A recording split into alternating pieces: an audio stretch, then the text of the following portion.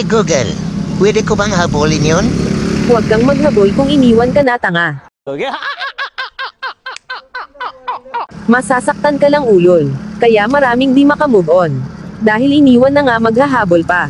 Pag iniwan ka, senyales na yun na hindi ka gustong panghabang buhay. Kaya huwag kang tanga. Kuntilan yung tanong ko, ang dami mo namang sinabi Personalan na yan O ito na lang Google, ibahin ko na lang yung tanong ko kasi iba naman yung tinutumbok mo Baka makasagot ito na lang. Pwede ba akong sumexit dito Google? Huwag mong ipagsiksikan ang sarili mo, bobo.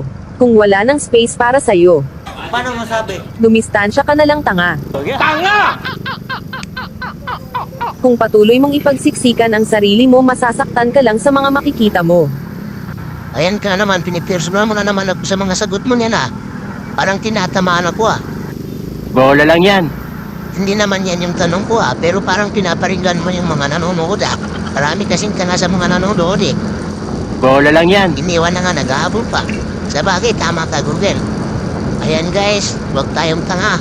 Kasi pati si Google alam niyang tanga tayo Iniwan na nga tayo, maghahabol pa tayo. Wala na nga tayong space, nag-ipagsiksikan pa natin yung sarili natin. Kaya huwag tayong tanga mga guys.